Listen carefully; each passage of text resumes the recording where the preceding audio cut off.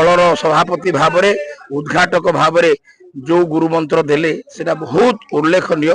विभिन्न विषय रे माने केमती लोक केमती भल पाइबे दलर भोट केमती बढ़िबो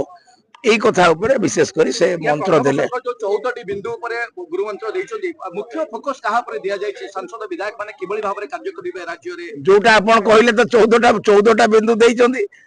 प्रत्येक मान 14टा जाक कोन एक एक करी कहबी अनुभव करछोदी जने सांसद सबुटू माने मुख्य कथा हला जे नम्रता एवं सबुटू मुख्य कथा हला जे सरलता एवं जो वोटर माने वोट देइछोंदी